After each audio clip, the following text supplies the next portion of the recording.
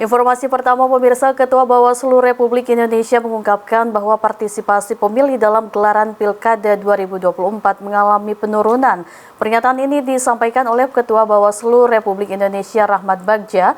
Menurutnya partisipasi pemilih pada Pilkada lebih rendah jika dibandingkan dengan pemilu lainnya seperti pemilu presiden atau Pilpres atau pemilihan legislatif dan Pileg. Kita belum tahu exact angkanya ya Mas ya, bagaimana pemilih itu aktif, tapi dari beberapa pantauan kami, pemilih itu menurun, partisipasi pemilih. Ini merupakan catatan penting bagi kita semua, khususnya bagi penyelenggara, bahwa ada permasalahan sosialisasi, ada permasalahan sosial kultural mungkin juga yang terjadi pada pilkada kali ini.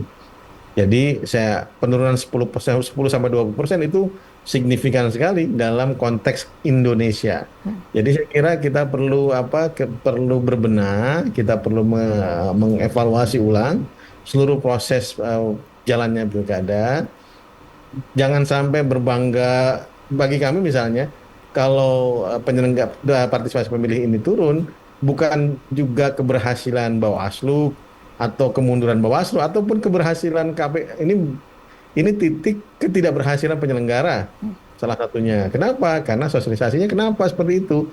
Itu harus dikritik, harus dievaluasi penyelenggaraan pilkada kita kali ini. Baik. Tapi bukan hanya penyelenggara, tapi juga partai politik, juga kemudian sistem kita yang kemudian menyatukan pilkada dan pemilu dalam 1 tahun. Kita harus berpikir ulang tentang kemudian penyelenggaraan pilkada, apalagi ada putusan MK. MK sudah menggariskan beberapa contoh ya, beberapa contoh ataupun beberapa hal yang bisa dilakukan dalam penyelenggaraan pemilu dan pilkada.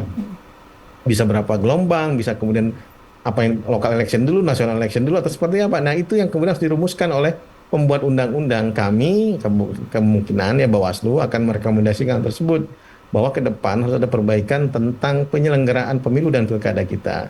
Kemudian juga kita harus merefleksi perdebatan tentang penggunaan aparatur sipil negara, netralitas ASN, kepala desa, camat, dan kawan-kawan. Itu perlu kiranya kita lakukan ke depan agar tidak ada kemudian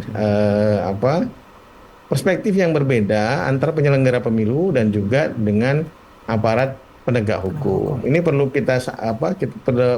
kita rumuskan dalam satu bahasa hukum yang sama. Baik. Dalam itu. Kemudian yang ketiga adalah pilkada ini bukan hanya milik nasional, kan ini bukan hanya milik lokal tapi juga milik nasional. Kenapa? Karena lahirlah nanti calon-calon pemimpin nasional melalui kepala daerah yang terpilih melalui pemilihan kepala daerah ini. Dan kita harus berpikir ulang, setelah pilkada akan ada namanya yang belum terfikirkan, namanya pemilihan kepala desa. Itu yang belum terfikirkan sampai sekarang untuk diawasi dan dilihat bagaimana pergerakan politik uangnya dan kawan-kawan.